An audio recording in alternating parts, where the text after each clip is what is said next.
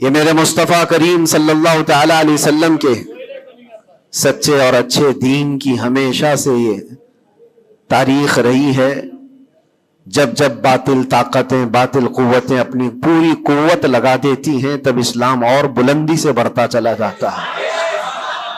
اسی لیے ایک شعر میں بار بار اپنی تقریروں میں کہا کرتا تھا، اور اسی تقریر کے شعر کو لے کر مجھ پر نہ جانے کیا کیا مقدمے لگائے گئے، اور وہ شعر آج کیا قیامت تک بھی بولا جاتا رہے گا. میں وہ پھر دہراتا ہوں اس لیے کہ وہ صرف ایک شعر نہیں بلکہ ہمارا ایمان بھی ہے. وہ ایمان بھی ہے جس کا معنی اور مفہوم ہمارے قوم کے ہر بچے کو یاد ہے. قتل حسین اصل میں مرگ یزید ہے. اسلام زندہ ہوتا ہے ہر کربلا کے بعد. اسلام زندہ ہوتا ہے ہر کربلا. جب بھی کبھی کسی کی قربانی ہوتی ہے تو وہ رائے گاہ نہیں جاتی، وہ برباد نہیں جاتی. اللہ تبارک و تعالیٰ کی ہزاروں لاکھوں حکمتیں پوشیدہ ہوتی ہیں. دنیا کو تو صرف اتنا نظر آتا ہے کہ امام حسین اور ان کے بچے میدان کربلا میں کاٹے گئے، مارے گئے، قتل کر دیے گئے، لیکن اس کے پیچھے کی حکمتیں یہ رب العالمین جانتا ہے. اور آج تک قوم اس کو سمجھ رہی ہے کہ اسلام میں جو آج ہریالی باقی ہے اس میں خون حسین کا کردار ہے. اور ہمارے ائمہ کرام بزرگان دین نے اس کو اپنے خون سے، اپنی محنتوں سے سینچا ہے. لہٰذا میرے عزیزو، آپ سب کو بھی کبھی یہ نروس ہونے کی ضرورت نہیں. میں گرفتار ہوا بھی اور واپس اسی جگہ پہنچا جہاں سے ہم آپ کو خطاب کیا کرتے تھے. ہزار لوگ یہ سوچتے تھے کہ ممبر پر آپ دوبارہ نہیں کھڑے ہو سکتے. ہم نے ان سے یہی کہا تھا، میرا رب تبارک و تعالیٰ چاہے تو تمہاری گردن پہ بھی کھڑا کر دے گا. ممبر پر ہی نہیں، جہاں وہ رب تعالیٰ چاہے کھڑا کر دے. اور جب تک اس پروردگار عالم کو منظور نہ ہو، وہ اللہ تبارک و تعالیٰ ہمیں کنارے رکھتا ہے. یہ صحابہ اکرام، اولیاء کاملین سب کی تاریخ میں رہا ہے. آج بڑی خوشی ہے اس بات کی کہ ہم اسی مسجد میں واپس آپ کے ساتھ جمعہ ادا کر رہے ہیں. اس مسجد کی روحانیت اور اس کی نورانیت ہمیں واپس یہاں کھینچ لاتی ہے. کئی مہینوں کے سفر بھی ہوتے ہیں لیکن واپس اس مسجد میں آ جاتے ہیں. نہ جانے یہاں کے لوگوں کی دعائیں یا یہاں کا کیا تعلق ہے. عزیزان گرامی وقار، چند باتیں میں عرض یہ کرنا چاہوں گا کہ قوم کے اندر جو ایک نروس پن ہے، خوف ہے، جس کو دوسرے لفظوں میں اگر میں کہوں تو بزدلی ہے، کس وجہ سے قائم ہے، کس وجہ سے ہے؟ یہ ڈر اور خوف کا ماحول صرف اسی لیے ہے کہ ہر بندہ کمفرٹ زون میں جینا چاہتا ہے، آرام اور عیش کی زندگی میں جینا چاہتا ہے. ہر ایک نے اپنے اوپر دنیا اتنی لاد لی ہے، اپنے اوپر دنیا کو اتنا سوار کر لیا ہے کہ اس سے نکلنا اس کے لیے مشکل ہو جاتا ہے. اور اسی وجہ سے اللہ کے نبی صلی اللہ تعالی علیہ وسلم ارشاد فرماتے اپنے صحابہ کو بھی کہ جب تمہارے اندر بیل کی پونچھ پکڑ کر کے کھیتی باڑی کرنے کی عادت آ گئی اور تم گھوڑے کی پیٹھ چھوڑ چکے ہو تو سمجھ جانا کہ دوسری قومیں تم پر حکومت کرنے لگ جائیں گی. آج بیل کی پونچھ پکڑ کر کھیتی باڑی کرنے کا مطلب صرف یہ نہیں ہے کہ کسان بن جائے. سب کا حال یہ ہے کہ ہمیں دنیا جمع کرنا ہے، دنیا جمع کرنا ہے. اور اس دنیا جمع کرنے کے چکر میں اس کی پوری عمر ختم ہو جاتی ہے لیکن وہ حسرت پوری نہیں ہوتی، وہ حسرت پوری نہیں ہو پاتی. جتنی چیز کی تمہیں ضرورت تھی وہ تو حاصل ہو چکا تھا لیکن اس سے زیادہ کی طلب میں ہم بھاگتے ہی رہے. ہم یہ نہیں کہتے کہ آپ گھر نہ بنائیں، ہم یہ نہیں کہتے کہ آپ اچھے کپڑے نہ پہنیں، سب کریں، لیکن کم از کم اس بات کا خیال رکھنا چاہیے کہ اس دنیا کی کمائی میں اور اس کی طلب میں کہیں ایسا نہ ہو کہ میرا دین چھوٹ جائے. ایسا نہ ہو کہ اللہ کے نبی صلی اللہ تعالیٰ علیہ وسلم سے جو میری محبت ہے اس میں کمی آ جائے. یاد ہے آپ کو ایک حدیث پاک، اللہ کے حبیب صلی اللہ علیہ وسلم ارشاد فرماتے ہیں کہ مجھے میرے اس بات کا خوف نہیں ہے کہ میری امت مشرک ہو جائے گی، کافر ہو جائے گی. حضور پاک صلی اللہ علیہ وسلم فرماتے مجھے اس بات کا ڈر نہیں ستاتا کہ میری امت مشرک ہو جائے گی، کافر ہو جائے گی، مگر اس بات کا اندیشہ لگا رہتا ہے کہ میرے بعد تم پر دنیا پھیلا دی جائے گی اور دنیا سمیٹتے سمیٹتے تم اللہ اس کے رسول کو بھول جاؤ گے. آج وہ حالات ہیں میرے عزیزوں، سب کے وہی حالات ہیں. اکثر کی بات میں کہہ رہا ہوں، میں جب بھی کوئی گفتگو کروں تو اس کو میری فضیلت بیان کرنے پر محمول نہ کریں کہ میں اپنی بڑائی بیان کر رہا ہوں. میرے عزیزوں، ان حالات کو بھی ہم دیکھ کر کے آئے کہ اندر جانے کے بعد ایک چیز دماغ میں گونجتی تھی، کیا بتلاؤں میں نے کیا کیا دیکھا. کھوٹا سکہ چلتے دیکھا، الٹی گنگا بہتے دیکھا. چھوٹے چھوٹوں کی بات تو چھوڑو، بڑے بڑوں کو ننگا دیکھا. اور حالات تو وہاں کے ایسے، یہ ساری چیزیں سکھا دیتی ہیں. اور پھر اس بات کا خیال آتا ہے کہ امت آج کن مسائل میں گھری ہوئی ہے، جبکہ طوفان اندر انتظار میں ہے تباہی کے لیے. ہم جن مسائل میں گھرے ہوئے ہیں اس کو دیکھ کر کے پھر ڈر لگتا ہے. علماء کے مسائل، پیران اعظام کے مسائل، جماعتوں کے مسائل، چھوٹی چھوٹی باتوں پر ہم کورٹ کچہری کے چکر کاٹتے رہتے ہیں. مسجدوں کے مسائل، لیکن جبکہ دشمن نے کہاں سے کہاں تک تمہارے لیے منصوبے بنائے ہیں. حیرت ہوتی ہے میرے عزیزوں. پھر وہ محاورہ ہے یا تاریخ ہے مجھے پتا نہیں، لیکن ایک بات لگتی ہے کہ بغداد پر ہلاکو جب حملہ کرنے آیا تھا تو اس وقت سنا کہ علماء چھوٹی چھوٹی چیزوں میں بحث مباحثے میں مبتلا تھے، جبکہ قوم کو انہیں اس بات کے لیے تیار رکھنا چاہیے تھا کہ ایک ظالم قوم تم پر حملہ آور ہے، اس کے مقابلے کے لیے کھڑے رہو. آج میں یہی کہنا چاہتا ہوں میرے عزیزوں، چھوٹے مسائل کو درکنار ایک جگہ رکھو. امت مصطفیٰ آج جس قسم پرسی کی حالت میں ہے، جب نبی پاک صلی اللہ تعالی علیہ وسلم کی عزت پر حملے ہیں تو پھر تمہاری عزت کہاں خاک میں رہنے والی ہے؟ ہماری اپنی عزت کی بچانے کی کیا فکر کرنی ہے آپ کو؟ پوری دنیا کا حال یہ ہے. پہلے تو ایک مسلمان کی بات میں آپ کو بتاؤں، فرانس جیسا پاورفل ملک، بہت ہی مضبوط کنٹری، 100 سال پہلے کی بات بتا رہا ہوں، نبی پاک صلی اللہ تعالی علیہ وسلم کی شان میں وہ کوئی گھناؤنی یا گستاخانہ انداز کی فلم ریلیز کرنا چاہتے تھے، یا پھر کسی طرح سے مذاق مسخرے والے کام کے ذریعے سے میرے آقا صلی اللہ علیہ وسلم کو نشانہ بنانا چاہتے تھے. اور اس بات کو وہ اپنی آزادی رائے اور اپنی خیال کی آزادی کو بتاتے ہیں. اس زمانے میں سلطان عبد الحمید تھے اور ترکی کے وہ آخری خلیفہ سلطان عبد الحمید. صرف انہوں نے ایک اسٹیٹمنٹ دیا تھا فرانس کو کہ باز آ جاؤ یہ تمام چیزیں کرنے سے، ورنہ پوری دنیا لا کر میں تمہارے سر پہ پھوڑ دوں گا. صرف اتنا جملہ تھا میرے عزیزوں. آج تک وہ نہ فلم ریلیز ہوئی اور نہ ہی فرانس اس چیز پر آیا. لیکن اب تو حالات بدل گئے.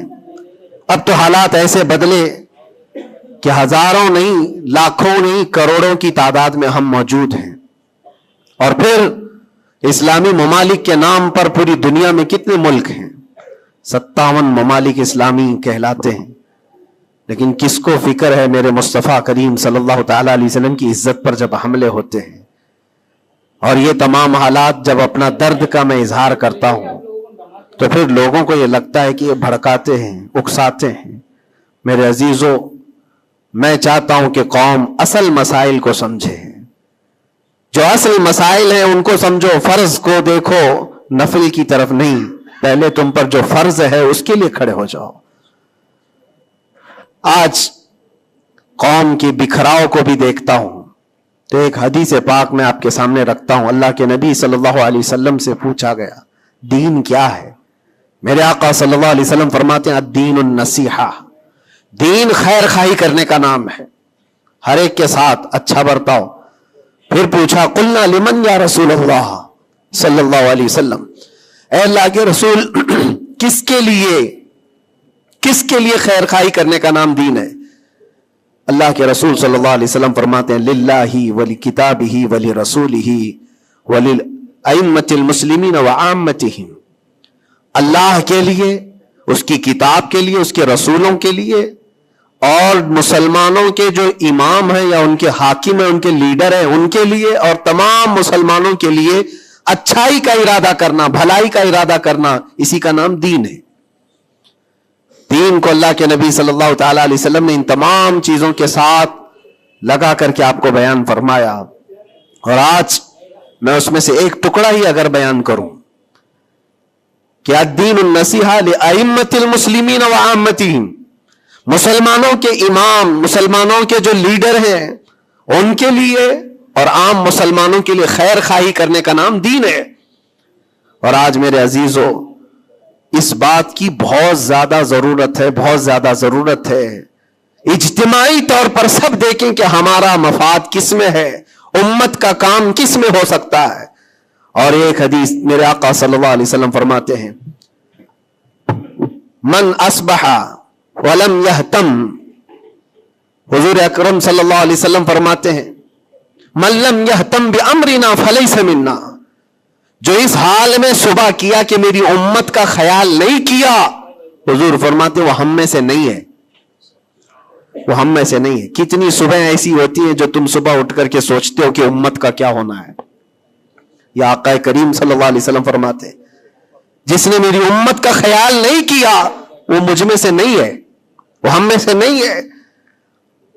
عزیزان گرامی وقار، ہر ایک کو ایک درد ستاتا ہے کہ کل کیا کھاؤں گا، کل کیا پہنوں گا، میرا گھر کیسے بنے گا، میری جاب کیسے لگے گی۔ لیکن ان غربائے امت کے لیے کون سوچتا ہے جو کاٹے جا رہے ہیں، مارے جا رہے ہیں، جن کے گھر اجاڑے جا رہے ہیں، ان کے بارے میں کبھی دل کے اندر نرمی آتی ہے؟ اگر تمام مسلمانوں کے دلوں کے اندر یہ نرمی اور یہ رحم ہوتا تو میرے عزیزو حالات ایسے نہیں ہوتے تھے، حالات ایسے نہیں ہوتے۔ صحابہ اکرام میں سے ایک مثال میں آپ کو بتا دوں کہ ہمارا دین آج جس کو ہم لے کر کے چل رہے کتنا بکھر گیا۔ سچ کہا تھا حالی نے کہ اے خاص ہے خاصان رسول وقت دعا ہے، امت پہ تیرے وقت عجب آ کے پڑا ہے۔ جو دین نکلا تھا بڑی شان سے اپنے وطن سے، آج وہ پردیس میں غریب الغربا ہے۔ آج دین اسلام کو ہم نے اجنبی بنا کر رکھا ہے، ہمارے گھروں میں ہی نہیں ہے، ہماری ذات پر نہیں ہے، ہم تو پھر دوسرے کو کیا تانا دیں گے؟ آپ اسلام زندہ باد کا نعرہ لگاتے ہیں اور اب اسلام کی حقانیت کو بلند و بالا انداز میں بیان کرتے ہیں، سڑکوں پر آ جاتے ہیں۔ تمہیں سڑکوں پر آ کر احتجاج کرنے کی کیا ضرورت ہے؟ تم اگر اسلام کو اتنا ہی پسند کرتے ہو تو اپنی بیویوں پر کیوں نہیں اسلام پسند کرتے؟ اپنی بچیوں پر، اپنے گھر والوں پر اسلام کو کیوں نہیں پسند کرتے؟ انہیں بے پردہ باہر جب گھمایا جاتا ہے تب اسلام زندہ باد کا نعرہ کیوں نہیں؟ یہ شادی ہال میں کبھی جا کر دیکھیں، یہ پارٹیوں میں جا کر دیکھیں، اندازہ بھی نہیں ہوتا کہ یہاں مسلمانوں کا جم غفیر ہے۔ میرے عزیزو، ایک حدیث عرض کرتا ہوں، حضرت ابو دردہ رضی اللہ تعالیٰ عنہ سے منسوب ہے۔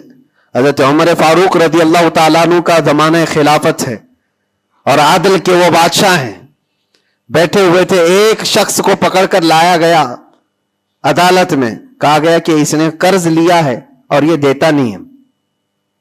تو جو قرض خواہ تھے وہ بھی صحابی تھے، انہوں نے کہا کہ یہ اجنبی آدمی مدینے کا تو ہے نہیں، لیکن میں نے اس کو پیسے دیے تھے، یہ واپس نہیں لوٹاتا اور آئیں کائیں کرتا رہتا ہے، بہانے بناتا ہے۔ حضرت عمر فاروق رضی اللہ تعالیٰ عنہ نے اس اجنبی شخص سے کہا اب تم کیا کہنا چاہتے ہو؟ تمہیں قید میں ڈال دیا جائے گا، تم اس کے پیسے ادا کرنا چاہتے ہو یا نہیں؟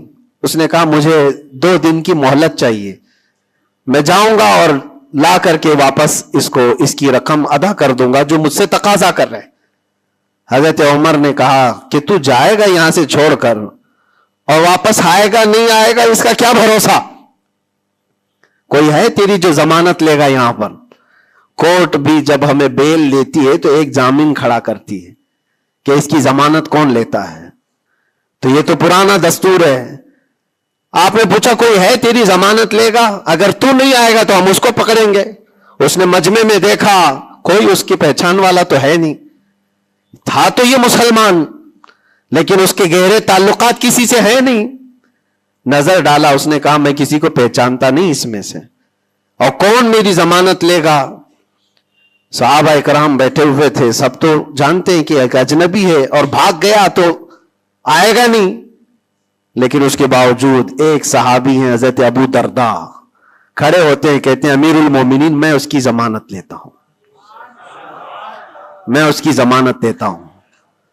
کہا تم جانتے ہو اس کو؟ کہا جانتا تو نہیں، اتنا ہے کہ یہ مسلمان ہے، اتنا ہے کہ میرے آقا صلی اللہ تعالی علیہ وسلم کا غلام ہے. کہا کہ اگر یہ واپس 2 دن کے اندر نہیں آیا تو ابو درداء نے کہا امیر المومنین آپ مجھے گرفتار کر سکتے ہیں، میں اس کی جگہ پر قید میں چلا جاؤں گا. تو آپ نے لکھوا دیا اور اس شخص کو چھوڑ دیا، جاؤ 2 دن کا تمہارے پاس ٹائم ہے، لوٹ آ جاؤ. وہ چلا گیا. لوگوں میں تو یہی مشہور تھا، ایک بار جو چھوٹ گیا وہ عدالت سے واپس کہاں آتا ہے؟ کب وہ کسی کے شکنجے میں آئے گا؟ 2 دن کا وقت گزر گیا اور شام ہو گئی، وہ آیا نہیں.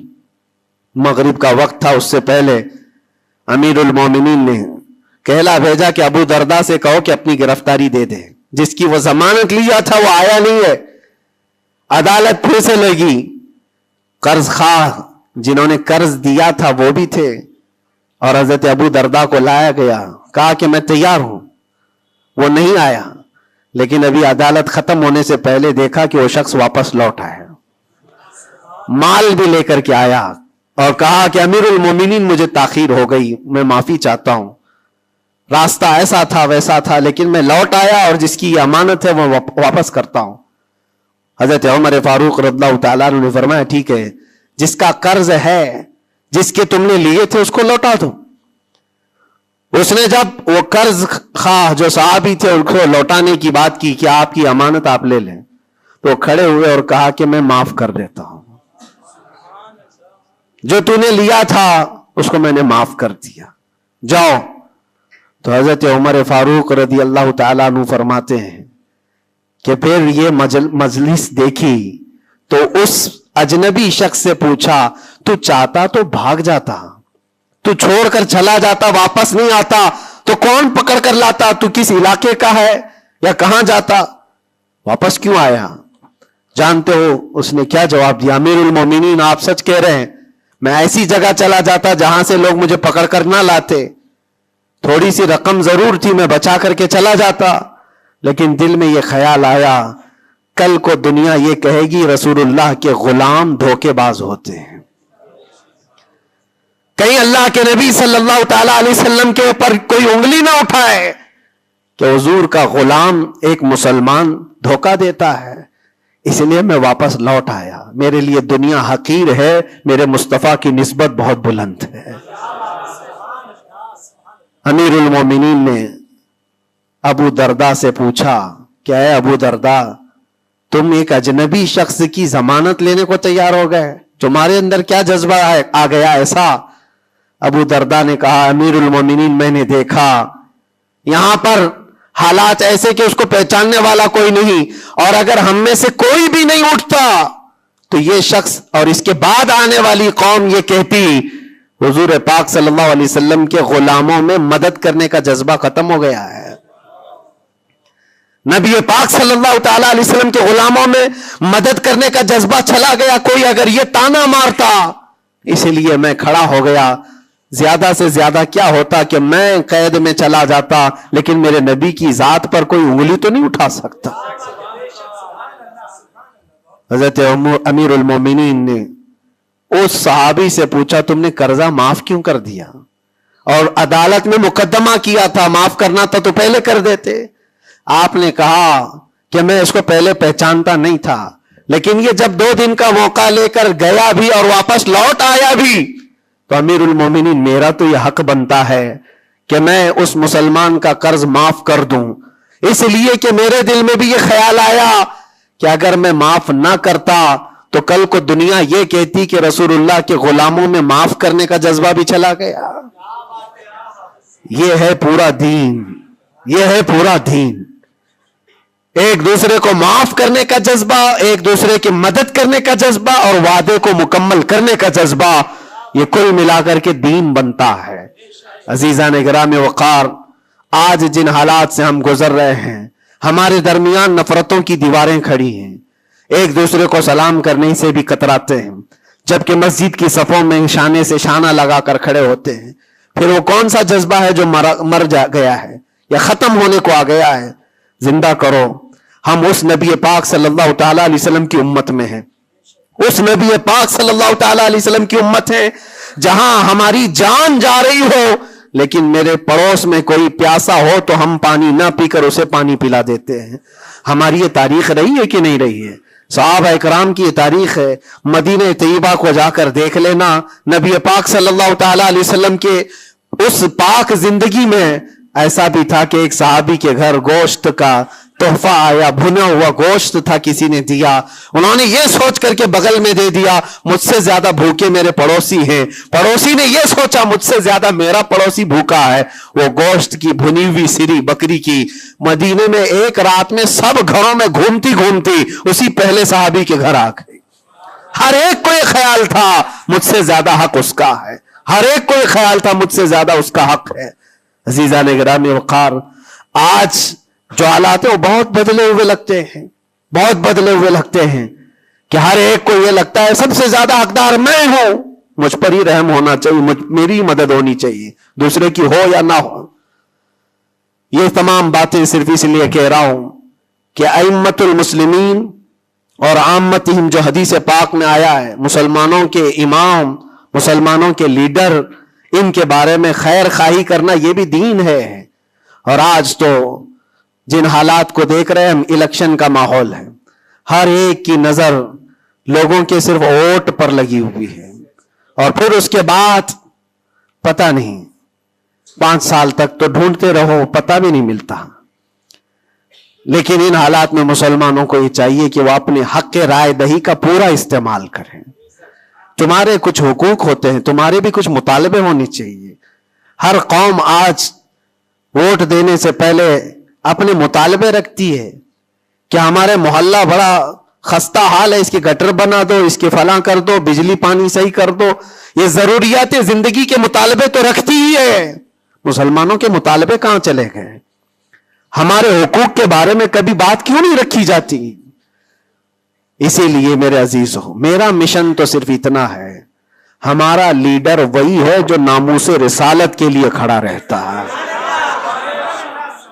ہم اس کو لیڈر بھی مانتے ہیں جو میرے آقا صلی اللہ تعالی علیہ وسلم کی عزت کے لیے کھڑا رہے، اس لیے کہ میرے عزیزو ہمارا پورا ایمان یہی ہے، ہمارا پورا ایمان یہی ہے۔ اور آپ کو پتا ہے محمد کی محبت دین حق کی شرط اول ہے، اسی میں ہو اگر خامی تو سب کچھ نامکمل ہے۔ اور اگر تم نبی پاک صلی اللہ تعالی علیہ وسلم کی محبت اور ان کی عظمت کے لیے کھڑے ہو گئے تو دنیا یوں ہی سنور جائے گی۔ آپ کو پتا ہے ڈاکٹر اقبال نے کیا ایک بہت پیارا حل دیا تھا ہمیں، بہت پیارا حل ہے۔ مسائل تو بہت ہیں، ہم بھی چاہتے ہیں ہمارے لیڈروں کے پاس رکھیں، ہماری ایجوکیشن کے مسائل ہیں، ہمارے گھر بار کے، ڈرینیج کے، روڈ کے، لائٹ کے، پانی کے، بہت سارے مسائل ہیں۔ اس کے علاوہ غربت کے مسائل، جاب لیس نوجوانوں کے مسائل، بہت ساری چیزیں ہیں، کیا کیا مسئلے رکھے۔ اور پھر قوم کے اندر جو خرابیاں آئی ہیں وہ تو ایک پہاڑ کے برابر ہیں، ہر دوسرا تیسرا نشے کا عادی ہے، ہر دوسرا تیسرا اخلاق سے گرا ہوا ہے۔ یہ تمام معاملات، عورتوں میں بے حیائی، نوجوانوں میں نشہ کی عادت، یہ تمام چیزیں دیکھ دیکھ کر ہم سوچتے ہیں کن کن مسئلوں پر بات کریں اور کس کس چیز کا علاج کرنے کے لیے نکلیں۔ تو ڈاکٹر اقبال نے ایک بات بتائی تھی، وہ دنیا گھوم کر کے آئے ہوئے انسان تھے، وہ پیرس گئے، اٹلی گئے، جرمن گئے، اور وہاں کے قوموں کی ترقیاں بھی دیکھی، اور اس کے بعد واپس آ کر کے کہا میں نے اپنی قوم اور حضور کی امت کی ترقی کو بہت گہرائی سے دیکھا، 8-10 سال کا ریسرچ کیا، میں نے معلوم کیا کون سی فیلڈ میں اپنے نوجوانوں کو اتارا جائے تو یہ کامیاب ہوں گے، کون سا ایسا میدان ہے جس میں مسلمانوں کو جمع کر دیا جائے تو یہ ترقی میں آ جائیں گے۔ سائنس ہے، فزکس ہے، جغرافی ہے، اسٹرونومی ہے، بہت ساری چیزیں ہیں، کس چیز میں اتارا جائے؟ تو ڈاکٹر اقبال کہتے ہیں میں نے بہت غور و فکر کیا، آخر کار اس نتیجے پر پہنچا کہ اس امت کی کامیابی کا صرف ایک ہی نقطہ ہے، ایک ہی راز ہے کہ محمد سے وفا تو نے، تو ہم تیرے ہیں، یہ جہاں چیز ہے کیا، لوح و قلم تیرے ہیں، لوح و قلم تیرے ہیں۔ ہر مسئلے کا حل اس بات پر ہے۔ اسی لیے میں فوکس کرتا ہوں میرے عزیزو، نبی پاک صلی اللہ تعالیٰ علیہ وسلم کی عزت کی حفاظت کے لیے جو کھڑا ہوتا ہے، اللہ تعالیٰ اس کے سارے مسائل کو یوں حل کر دیتا ہے۔ اسی لیے آیت کریمہ بھی میں نے یہ پڑھی، ان ینصرکم اللہ فلا غالب لکم، اللہ فرماتا ہے اگر اللہ تمہاری مدد کر دے تو دنیا میں سے کوئی ایسا نہیں جو تم پر غلبہ حاصل کر سکے، کوئی غالب نہیں آ سکتا اگر اللہ مدد کر دیا۔ وَإِن يَخْذُلْكُمْ فَمَنْ ذَا الَّذِي يَنْصُرُكُمْ مِنْ بَعْدِهِ، اللہ فرماتا اور اگر اللہ گرا دے تو دنیا کی کوئی طاقت تمہاری مدد نہیں کر سکتی، کوئی طاقت مدد نہیں کر سکتی۔ ایک بات، بہت ساری چیزیں ہم نے سیکھی ہیں جیل کے اندر کے حالات، انشاءاللہ کبھی طویل داستان پوری میں بیان کروں گا، لیکن ایک بندے کو دیکھا تھا، اس کے گھر والے بھی چھوڑ چکے سب، اس کو چھوٹا سا ایک کیس ہے لیکن جیل کے اندر اس کی ضمانت ہوتی نہیں، گھر والے کرانا چاہے تو ہو جائے 4 دن 5 دن میں، لیکن کوئی چاہتا نہیں۔ تھوڑا سا مانسک سنتولن بگڑتا چلا گیا، دماغی توازن کھونے لگا۔ ہوتا کیا تھا سنو، وہ ایک نارمل نوجوان تھا اور مہینہ گزر جاتا کوئی ملاقات کے لیے بھی نہیں آتا گھر والا، تو جیل میں ہنگامہ کرنے لگ جاتا، مار توڑ، اور پھر نہ جانے کیسی کیسی حرکتیں۔ تو جیلر پریشان ہو کر کے اس کے گھر فون لگاتا، اس کے باپ کو کہتا کہ بھائی تم اپنے بیٹے سے ایک بار ملنے تو آ جاؤ، وہ ہنگامہ کر کے رکھا ہے، کبھی ملاقات بھی نہیں لیتے ہو۔ اس کا باپ آیا، آ کر کے ملاقات لیا، اور بیٹے نے پوچھا کہ کب چھوٹ رہا ہوں میں، کب نکلوں گا میں؟ کہا بیٹا اس منڈے کو جو ہے تمہاری ضمانت ہو جائے گی، یہ منڈے کو رکھا ہے، ہو جائے گی۔ کہا اچھا ٹھیک ہے۔ اتنا خوشی خوشی سب قیدیوں سے ملنے کے لیے آتا بیرک میں، اے منڈے تو میرا ہو گیا، میں جا رہا ہوں، میرے باپ نے کہا ہے۔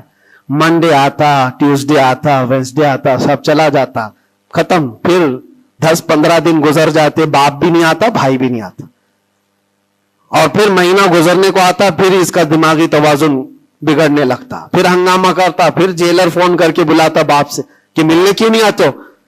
باپ آتا، بیٹا کوئی بات نہیں، کچھ مسائل میں گھرے ہوئے ہیں، ہو سکتا ہے جان بوجھ کر کے اس کے گھر والے کر رہے ہوں، کچھ لوگوں کو زبردستی جیل میں رکھا جاتا ہے، گھر والے ہی رکھتے ہیں، باہر سے اچھا ہے یہاں کھاتے پیتے آرام سے رہو، دوسروں کی زندگی اجیرن کرنے سے بہتر ہے کہ یہاں رہو۔ دوسری بار آیا، کہا ابا کب چھوٹ رہا ہوں میں؟ کہا بس اس منڈے کو رکھا ہے، وکیل جو ہے ملا نہیں تھا، اس منڈے کو تمہاری ضمانت ہو جائے گی۔ پکی بات لے کر کے آتا پھر، اور یہاں پر بالکل عیش موج مستی میں کہ اس منڈے تو جا رہا ہوں میں۔ دوسرا منڈے آیا، اس کے بعد پھر چلا گیا، ایسا 4 بار ہوا، اور سب قیدیوں میں بات مشہور تھی کہ یہ منڈے کو جانے والا ہے، اور سب اس کو چھیڑتے تھے۔ جب کبھی اس کی ملاقات آتی تو کہتے منڈے کو جا رہا ہے نا، یہ بات مذاق کے طور پر چلتی رہتی تھی، لیکن کسی کے ساتھ ہم مذاق کرتے ہیں، یہ نارمل لائف ہوتی ہے۔ لیکن اس لڑکے کے متعلق میں نے ایک بات سیکھی، 4-5 مرتبہ ہوگی بات ہے، وہ ملاقات لے کر کے واپس آ رہا تھا، ابھی اس نے کچھ کہا ہی نہیں، ساری بیرک میں سب بولنے لگ گئے کہ منڈے کو ہے نا تیری ضمانت؟ تو اتنا چڑ گیا، کیا پتا اس کو بہت ہرٹ ہوا، تکلیف ہوئی، اس نے گرج کر کے چیخ چیخ کر کے کہا، گالی دے کر کے کہا قیدیوں کو کہ تم سب گھرے ہوئے لوگوں ایک بات میری سن لو، خدا جس دن میرا لکھ دے، جس دن لکھ دے، اس دن سب کے منہ تمہارے کالے ہوں گے اور کوئی مجھے دروازے میں اندر نہیں رکھ سکتا۔ جس دن میرے چھوٹنے کا وہاں سے آ جائے پروانہ لکھا ہوا کہ یہ دن یہ بندہ چھوٹنے والا ہے، اس کے بعد وہ کہتا ہے مجھے یہاں کا پرائم منسٹر بھی نہیں روک سکتا۔ میں دیکھا اتنا یقین ہے اس کو ایک تو اپنے باپ سے ہر بار سنتا تھا اس بار ضمانت ہو جائے گی، اس بار ضمانت ہو جائے گی، اور حقیقت میں میرے عزیزوں یہ جمعرات کا دن تھا جب وہ اپنے باپ سے ملاقات کر کے آیا تھا اور اس کو تانا مارا جا رہا تھا، منڈے کو جا رہا ہے، تب اس نے کہا تھا جس منڈے کو بھی میرا رب لکھ دے، جس دن بھی لکھ دے کہ اس کو اس دن یہاں سے نکلنا ہے، پوری طاقتیں مل کر کے بھی مجھے دروازے کے اندر نہیں رکھ سکتی۔ اتفاق کی بات ہے اسی منڈے کو اس کی ضمانت بھی ہو چکی تھی، وہ جا بھی رہا تھا، بسترے اٹھایا، سارا سامان اٹھایا اور سب کو پلٹ کر کہنے لگا دیکھا حقیقت میں جو بیل ملتی ہے، جو ضمانت ملتی ہے وہ رب ذوالجلال کے فیصلوں سے ہوتی ہے۔ یہ یقین اور توکل کی بات میں عرض کر رہا ہوں عزیزان گرامی وقار، بہت سارے ایسے مسائل ہیں، اسی لیے میں آپ سے کہتا ہوں اگر اللہ مدد کر دے تو کوئی غالب نہیں آ سکتا، اور اگر اللہ تعالیٰ گرا دے تو پھر کوئی مدد بھی نہیں کر سکتا۔ اسی لیے اللہ تبارک و تعالیٰ کی مدد کس کے لیے آتی ہے وہ بھی قرآن کہتا ہے وَكَانَ حَقًّا عَلَيْنَا نَصْرُ الْمُؤْمِنِينَ، ہم نے اپنے اوپر لازم کر لیا ہے کہ ایمان والوں کی مدد کریں گے، اور ایمان والا ہے کون؟ لا يؤمن احدكم حتى اكون احب اليه من والده وولده والناس اجمعين، میرے آقا فرماتے ایمان کامل اس کا ہے جو ساری دنیا سے زیادہ مجھ سے محبت کرتا ہے۔ مفہوم حدیث عرض کر رہا ہوں، اپنے ماں باپ، اپنے اولاد، اپنے مال دولت، سارے انسانوں سے زیادہ اللہ کے رسول سے محبت کرتا ہے تو اس کا ایمان کامل ہے، اور جس کے ساتھ ایمان کامل ہوگا اس سے اللہ کی مدد آئے گی، اس پر اللہ کی مدد آئے گی۔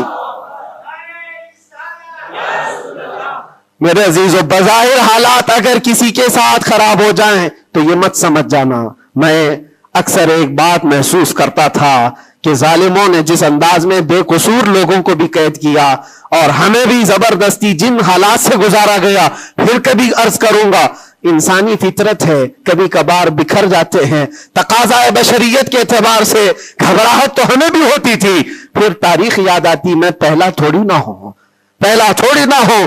سیدنا حضرت مظفر حسین کچوچوی رحمت اللہ علیہ فرماتے تھے مظفر کو مقید نہ سمجھ ایسے یاد، میری اسیری بھی سنت آبائی ہے، میرا یہ قید ہونا بھی میرے آبا و اجداد کی سنت ہے۔ بزرگان دین گئے ہیں اور جیلوں میں رہے اور واپس نکلے، لیکن ایک بات ہمیشہ یاد رکھو، اسلام زندہ ہوتا ہے، بس قربانیاں رائے گاہ نہیں جاتی، ضائع نہیں ہوتی۔ اللہ تعالیٰ کی مدد جس کے ساتھ ہے تو بظاہر حالات میں ایسا ہوگا، مجھے اچھی طرح سے پتا ہے، پہلے بھی معلوم تھا، میں نے تقریروں میں بہت کہا بھی تھا کہ مجھے اچھا معلوم ہے کہ میری تقریروں کا انجام کیا ہونے والا ہے، نتیجہ کیا ہونے والا ہے، مجھے کیسی کیسی دھمکیاں پہلے بھی دی گئی ہیں، ابھی بھی ہے، آنے سے پہلے بھی کچھ لوگوں نے کہا تھا اتنا لمبا ہم نے کٹا دیا، اب تو بھول جاؤ گے، وہ شعر پڑھو گے، یہ شعر پڑھو گے، کیسی تقریریں کرو گے۔ ہم نے کہا میرے عزیزو آپ کیا سمجھتے ہو، مچھلی کے تیرنا ختم ہو سکتا ہے، پرندے کا اڑنا ختم ہو سکتا ہے، شیر کا شکار کرنا ختم ہو سکتا ہے، وہ تو جانور ہے، ان کی فطرت نہیں ختم ہوتی، میں غلام مصطفیٰ ہوں، میری فطرت کیا ختم ہوگی؟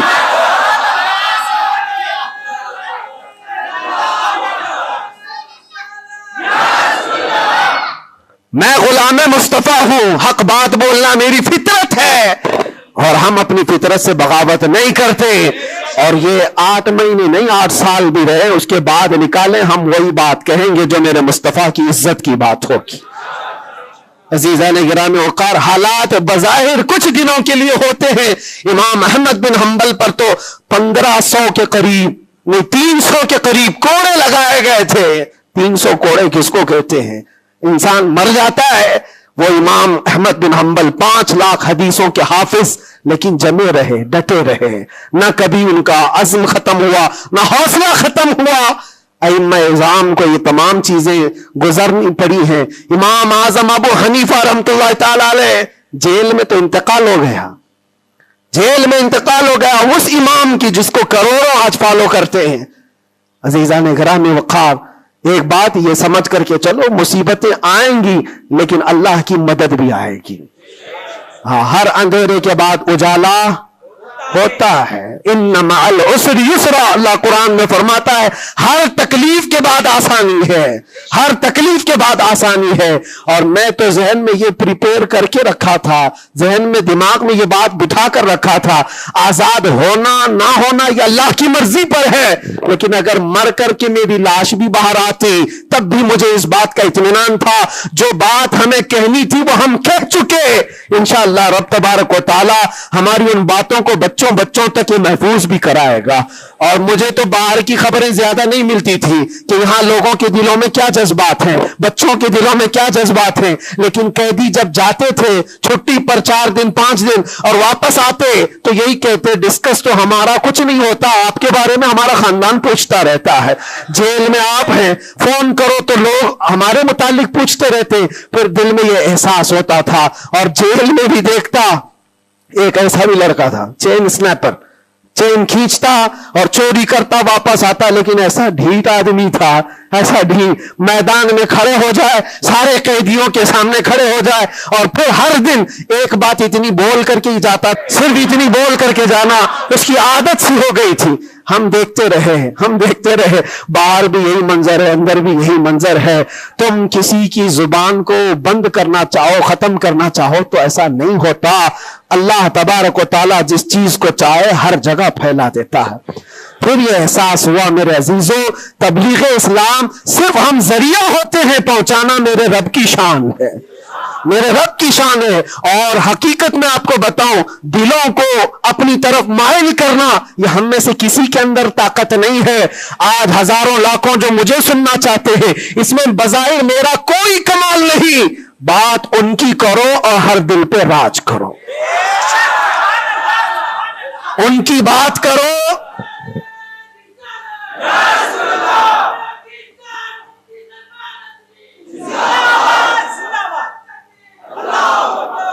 اسی لیے آج کے حالات میں آخری باتیں عرض کر رہا ہوں، میں معذرت چاہتا ہوں آج تھوڑا سا وقت زیادہ ہوا ہے، اس لیے کہ یہ ہماری مسجد ہے اور ہمارے اوپر کوئی یہاں پابندی نہیں ہے۔ یہاں پر الحمدللہ جو لوگ بیٹھے ہیں 8 مہینے کے بعد سن رہے، 9 مہینے کے بعد سن رہے، تو تھوڑی کسر میں بھی نکال لوں، اس لیے میں تھوڑا زیادہ وقت آپ کے ساتھ لے رہا ہوں۔ ان حالات کے ساتھ جو آپ کو فیصلہ لینا ہے میرے عزیزوں، سوچ سمجھ کر کے اپنا مطالبہ بھی تو رکھو، اپنا مطالبہ بھی رکھو کہ ہم ان لیڈروں کے ساتھ کھڑے ہیں جو 500 روپے بانٹ کر کے، گلے میں پٹے ڈلوا کر کے، ہمیں نعرے لگوا کر کے گھما لے، بس نہیں۔ ہمارا مقصد اور ہمارا مطالبہ اتنا ہو، ان حکام، ان لیڈروں کے پاس یہ بات رکھو، میرا گھر میرا محلہ نہ بنا پایا تو کوئی بات نہیں، لیکن اتنا وعدہ کرو کہ میرے مصطفیٰ کی عزت پر جب بات آئے تو تم ڈٹ کر کھڑے رہو گے۔ یہ گستاخیوں کا ماحول ختم ہونا چاہیے، ہونا چاہیے کہ نہیں ہونا چاہیے؟ اسی لیے میرے عزیزوں، اور بظاہر ہماری بات یہ ہے کہ ہم سب سے ان لوگوں سے محبت ضرور کرتے ہیں جو قوم و ملت اور ملک کی فلاح و بہبودی اور میرے حضور پاک کی عزت کے لیے کھڑے ہوتے ہیں، ہم ان کے ساتھ ہیں کسی بھی طرح سے۔ ہمارا تو مقصد، ہمارا مشن صرف اتنا ہے، کسی کی جے بجے کیوں پکارے، کیا غرض ہم کو، ہمیں کافی ہے سید اپنا نعرہ، ہمیں کافی ہے سید اپنا نعرہ یا رسول اللہ۔ ہم اس مشن کے آدمی ہیں، لیکن پھر بھی جن حضرات نے بھی محبتوں کے ساتھ ہمارے نام کو پھیلایا ہے، ان کے مقاصد اگر صرف پولیٹیکل ہیں تو ہمارا ان کے ساتھ کوئی بھی لین دین نہیں، ہمارا ان کے ساتھ کوئی تعلق نہیں۔ ہاں اگر اس لیے ہمارے نام کا استعمال کیا یا ہمیں بلایا یا ہمیں کھڑا کیا کہ اللہ کے نبی صلی اللہ تعالی علیہ وسلم کی ناموس اور ان کی عزت کے لیے ہے، تو ہم ہر دن آپ کے ساتھ ہیں، ہم ہر دن آپ کے ساتھ ہیں۔ لوگوں کو یہ لگ رہا ہے الیکشن آیا ہے، مفتی صاحب اس لیڈر کے پاس جا رہے ہیں، اس لیڈر کے پاس جا رہے ہیں، یہ سب افواہیں بہت ساری پھیلی ہیں۔ میرے عزیزوں تھوڑا انتظار کرو، اور میں ان سیاسی نیتاؤں سے بھی کہوں گا، آپ الیکشن میں کنٹریبیوٹ کر رہے ہیں، حصہ لے رہے ہیں، سیاست میں آپ موجود ہیں، آگے بڑھو، ہم آپ کو روک نہیں رہے ہیں، لیکن اگر واقعی مقصد یہ ہے کہ قوم و ملت اور ملک اور میرے دین کی عزت اور حضور پاک کی عزت کے لیے آگے چل کر کے آواز اٹھائیں گے تو میرا آج آپ کے ساتھ کھڑا ہونا کوئی ضروری نہیں. الیکشن گزر جانے تو پھر ہر دن آپ کے ساتھ کھڑے, الیکشن ہو جانے کے بعد بھی ہم کھڑے ہیں آپ کے ساتھ, لیکن الیکشن سے پہلے ہی اگر آپ کو ہمیں چاہیے تو لوگوں میں یہ خلفشار مچا ہوا ہے, ایک خلفشار مچا ہوا ہے کہ مفتی صاحب ناموس رسالت کے اس عظیم مشن کو سیاسی لوگوں کے درمیان پھیلا رہے ہیں. میرے عزیزوں, میرا کہیں یہ مقصد نہیں ہے, کہیں یہ مقصد نہیں ہے. اللہ نے جو کرسی دی ہے نا وہ بہت بڑی کرسی ہے. ہم نے جو اللہ تعالیٰ کا انعام ہمارے پاس ہے وہ الیکشن سے حاصل کیا ہوا نہیں ہے, رب کے سلیکشن سے ملا ہوا ہے. ہمارے پاس اللہ تبارک و تعالیٰ کا دیا ہوا انعام کافی ہے, لیکن ان سیاسی حضرات کے ساتھ ہمارا تعلق اسی لیے ہے کہ آپ آواز بلندی کے ساتھ اٹھا سکتے ہو اور سسٹم میں آپ بیٹھ کر کے اپنی قوم, ملک, سب کی فلاح و بہبودی کی بات کر سکتے ہو. اس لیے ہم کھڑے ہیں, اس لیے نہیں کہ آپ 500,000 روپے دے دیں گے, اس لیے نہیں کہ آپ ہمارا گھر, گاڑی, بنگلہ خرید کر کے کچھ دے دیں گے. عزیزان گرامی اوقار, میرے آنے کے بعد سے لے کر آج تک, ابھی تک مہینہ نہیں گزرا ہوگا, لیکن میں نے حالات اتنے دیکھے کہ ہر کوئی یہ چاہتا ہے راتوں رات مجھے دولہا بنا دے. بہت سارے معاملات ایسے دیکھے. اس لیے میں سب سے یہ گزارش کروں گا, آج کا یہ میرا پیغام ہے کہ ہمارا مشن ناموس رسالت ہے, ہمارا مشن تحفظ ناموس رسالت ہے, اور اس کے لیے ہم ہر طرح سے کھڑے ہیں. لیکن خالص سیاست کے لیے, خالص ووٹنگ کے لیے, خالص الیکشن کے پرچار کے لیے مجھ جیسے کا نام استعمال نہ کریں. یہ میرا مشورہ ہے, یہ میرا پیغام بھی ہے. آپ کے لیے پوری زندگی ہم کھڑے ہیں, صرف الیکشن کے لیے. اس عظیم مشن کو اور اس مقدس مشن کو بدنام کرنے کی کوشش نہ کریں. ہاں, پولیٹیکل جس انداز میں بھی آپ کو مدعے اٹھانا ہے اٹھائیں, لیکن حضور پاک صلی اللہ تعالیٰ علیہ وسلم کی عزت کا یہ جو مشن ہے, ناموس رسالت کا مشن ہے, اس کو صرف یوز کرنے کے لیے استعمال نہیں ہونا چاہیے, بلکہ جو بھی بندہ مومن کھڑا رہے گا وہ اپنی جان کے ساتھ کھڑا رہے گا, تبھی اس کا ایمان ہے, تبھی وہ اس کا ایمان ہے. اور اگر آپ مجھے یہ کہتے ہیں کہ آپ حضور پاک کے اس ناموس رسالت کا مسئلہ لے کر چلتے ہیں, قسم رب ذوالجلال کی, اس کے پیچھے میرا کوئی دوسرا مقصد نہیں ہے. اس کے پیچھے میرا کوئی دوسرا مقصد نہیں ہے کہ اس کے ذریعے سے میں کما لوں گا, میں کھا لوں گا. میرے عزیزوں, کیا کما لیں گے, کیا کھا لیں گے؟ آپ کو میرے اپنے حالات معلوم نہیں کہ میں کس طرح کے حالات سے گزرا ہوں. اگر لوگوں سے بٹورنا ہی ہوتا تو ممبئی میں میری بہت ساری بلڈنگیں ہوتی. میں تو کرائے کے گھر پہ رہتا ہوں. میرے عزیزوں, میں اس چیز کا قائل نہیں ہوں کہ اس عظیم مشن کو اپنے مفاد اور ذاتی فائدے کے لیے یا دنیا بنانے کے لیے استعمال کیا جائے. میرا اس میں کوئی مقصد پنہا نہیں. مقصد صرف اتنا ہے کہ کل بروز قیامت رسول پاک صلی اللہ تعالی علیہ وسلم کی نظر ہم پر پڑے, تم ہنس کے کہے جانا دیوانہ ہے دیوانہ. بس میرا مقصد یہ ہے, اتنا ہے کہ نبی پاک صلی اللہ تعالی علیہ وسلم کی نظر عنایت ہو, ارشاد فرما دے کہ فرشتوں چھوڑ دو اس کو, یہ میرا دیوانہ ہے. بس اس مقصد کو لے کر ہم چلتے ہیں. اور اللہ کے نبی صلی اللہ تعالی علیہ وسلم وہ عظیم غیرت مند رسول ہیں. میں نے دیکھا میرے عزیزوں, دنیا مجھ سے چھوٹ گئی تھی, ہر طرح کے رابطے بند تھے. میں گھر سے بھی بات نہیں کر سکتا, بچوں سے بھی بات نہیں کر سکتا تھا. مجھے اندھیری کوٹھری میں رکھا گیا تھا جہاں سے آسمان بھی نظر نہ آئے. کئی دن گزرتے رہے, لیکن قسم ہے اللہ رب العزت کی, اس کے ذات کی, اس رسول پاک صلی اللہ علیہ وسلم سے جس سے ہم محبت کرتے تھے, انہوں نے ہمیں تنہا نہیں چھوڑا. میرے مصطفیٰ نے تنہا نہیں چھوڑا. ہم نے جو وہاں دیکھا ہے وہ بیان سے بھی باہر ہے.